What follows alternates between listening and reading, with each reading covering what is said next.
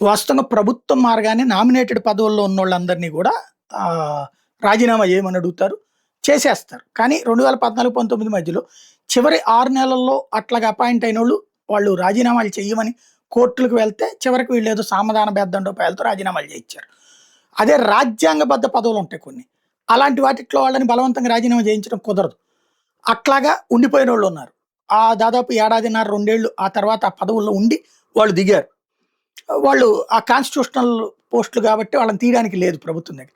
అట్లాంటిదే జగన్ టైంలో 2023లో నియమించబడినటువంటి వ్యక్తి ఇప్పటికి గూడా యూట్యూబుల్లో అతనిది వస్తుంటది. Food commission chairman Vijay Pratap Reddy.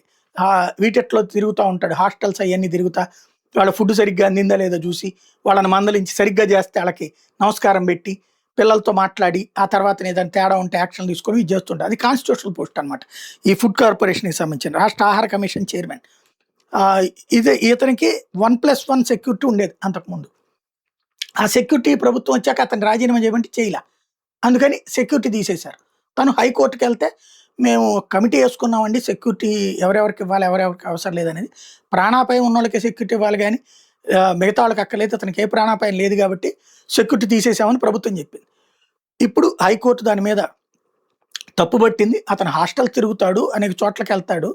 అట్లాంటి వ్యక్తికి సెక్యూరిటీ లేకపోతే ఎట్లాగా 1+1 సెక్యూరిటీ 15 రోజుల్లోపు కల్పించమని ఆదేశించింది. ప్రభుత్వానికి ఇదొక ఎదురు దెబ్బ లాంటిది.